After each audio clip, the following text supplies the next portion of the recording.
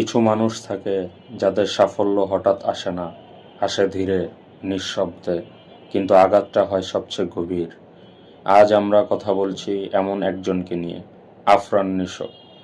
একসময় যাকে আমরা দেখেছি টেলিভিশনের ছোট পর্দায়, নীরব সংলাপে, চোখের ভাষায় গল্প বলতে, সেই মানুষটাই আজ দাঁড়িয়ে আছে বাংলাদেশের সিনেমার সবচেয়ে বড় স্বীকৃতির সামনে, জাতীয় চলচ্চিত্র পুরস্কার।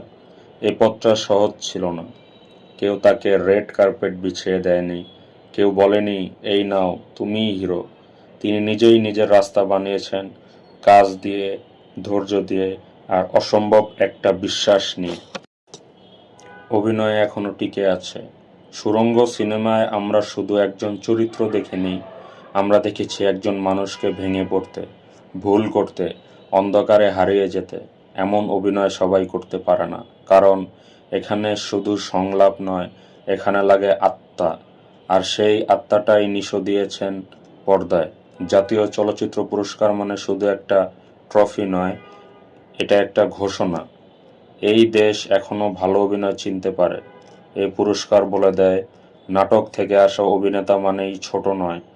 আজ আফরান নিশোর নাম যখন ইতিহাসের পাতায় লেখা হবে, সেখানে শুধু একজন অভিনেতার নাম থাকবে না, থাকবে এক লড়াইয়ের গল্প। একজন মানুষ যিনি চুপচাপ কাজ করে গেছেন, আর একদিন সিনেমা নিজেই মাথা নত করেছে তার সামনে। এই মুহূর্তটা শুধু নিশোর না, এই মুহূর্তটা আমাদের সবার। কারণ এমন জয় আমাদের বিশ্বাস করায় ভালো কাজ দেরিতে হলেও ফিরে আসে। সবাইকে আমার চ্যানেল সাবস্ক্রাইব করার জন্য অনুরোধ রইল, এবং আপনি যত আপডেট পেতে চান আমাদের চ্যানেলে পেয়ে যাবেন। ধন্যবাদ। আসসালামু আলাইকুম।